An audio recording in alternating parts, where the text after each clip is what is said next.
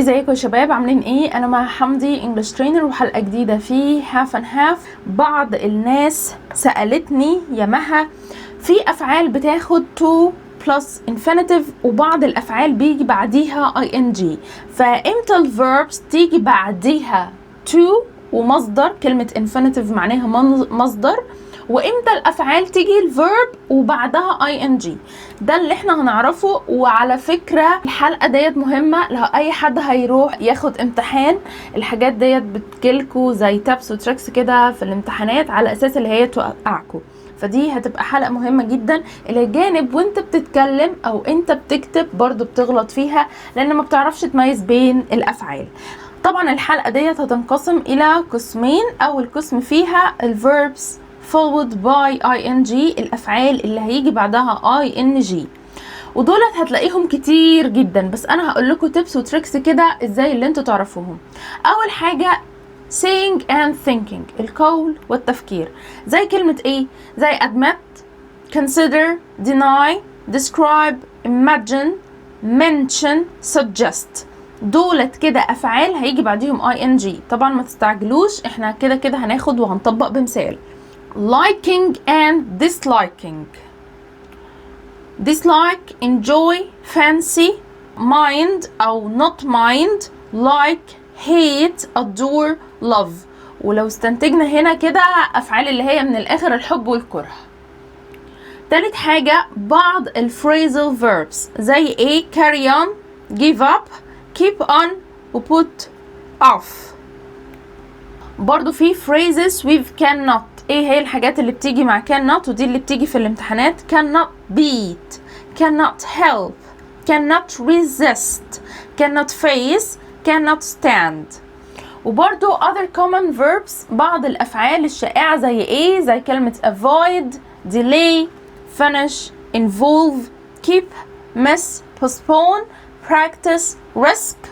واخر حاجة عندنا common phrase برضو عبارات شائعة زي ما يجي اقول it is not worth، it is not use good، يعني it is not use or it is not good، spend or waste time money، او لو انا هاجي اقول there is no point in.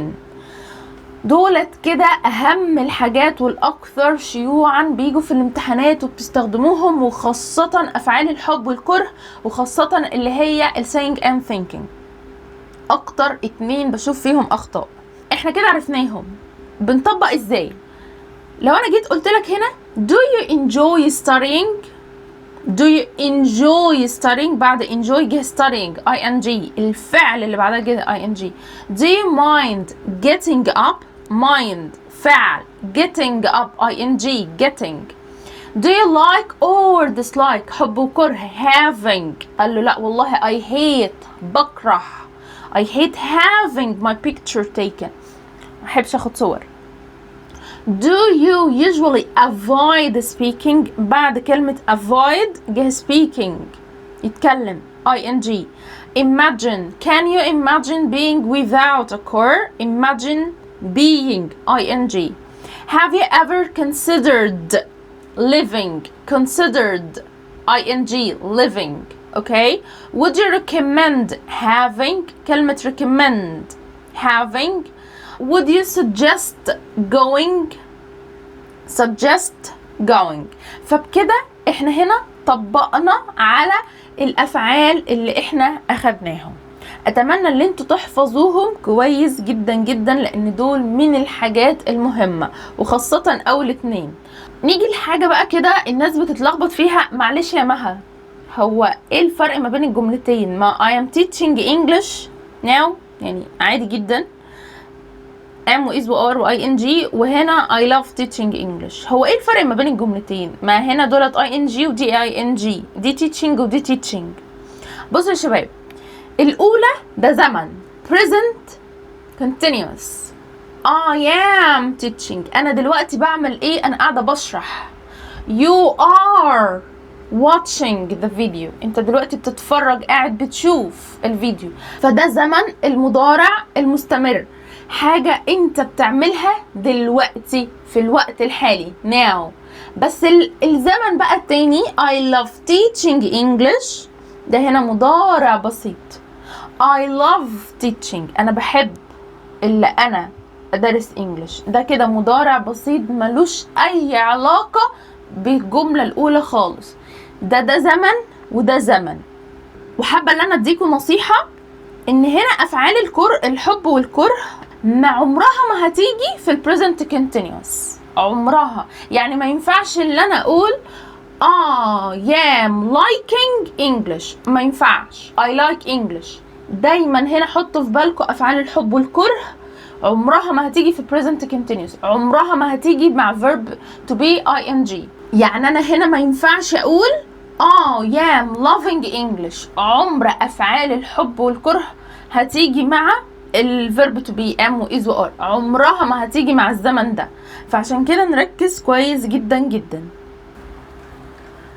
اما بالنسبه بقى للجزء التاني وهو جزء الفيربس اللي بتيجي بعدها المصدر الانفينيتيف to والمصدر. طب هي ايه الحاجات اللي بتيجي بعدها to والمصدر؟ اول حاجه البلانز and decisions، الخطط والقرارات، زي كلمه aim، arrange، choose، decide، intend، plan، prepare. دولت كده الخطط والقرارات اللي بتيجي بعدها to والمصدر. expectations التوقعات، demand، deserve، expect، hope، want، wish، would like. promises and refusals الوعود والرفض، fail، guarantee، offer، promise، refuse، threaten. اخر حاجة عندنا برضو بعض الcommon verbs اللي بتيجي برضو بعدها to والمصدر. I agree to، دايما agree هتلاقوا بعدها to. can أو can't afford to، learn to، manage to، pretend، seem to، tend to، train wait. فالحاجات دي كلها بتيجي بعدها to والمصدر. خلونا نشوف بقى مثال كده. I hope to see them next week. أنا أتمنى إن أنا أشوفكم الأسبوع الجاي. I hope to see مصدر. They agreed to help me. to والمصدر help agreed. I intend to leave. خطة. I offered to help them. Okay, offered to help. I attempt to cook the dinner but it was terrible. Okay, فاللي هو I'm showing that I'm trying، أنا بحاول. Okay, I attempt to cook. I promised to bring to والمصدر promise وعود. The shop assistant was very rude so I demanded to see the manager. demanded to see the manager. see مصدر. اوكي to والمصدر. فدولت هنا الافعال اللي بتيجي مع to وبيجي بعدها المصدر. هو انا بقى ازاي هفرق ما بين الافعال اللي بتيجي بعدها to والمصدر، وازاي هفرق ما بين الافعال اللي بيجي بعدها ing، لان انا مش محتاج ان انا احفظ ده كله. بصوا يا شباب، افعال الحب والكره دايما هتيجي بعدها ing. اوكي، I love cooking، I love teaching. to والمصدر دايما هتلاقيها فيها وعد بقى وحاجات خطط ووعود وتهديدات وحاجات دايما هتحصل في المستقبل، يبقى to. لو جيتوا كده بصيتوا على الافعال اللي هي بتاخد to والمصدر هتلاقوها ايه؟ هتلاقوها عبارة خطط وقرارات، حاجات هتاخدها في المستقبل. طب انا بتوقع يحصل كذا. لو انت وعدت حد او رفضت له مثلا حاجة او هددته بحاجة، برضو مستقبل.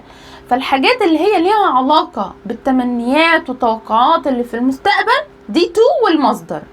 خلاف ذلك افعال حب بقى وكره وكده لا، هتبقى ing.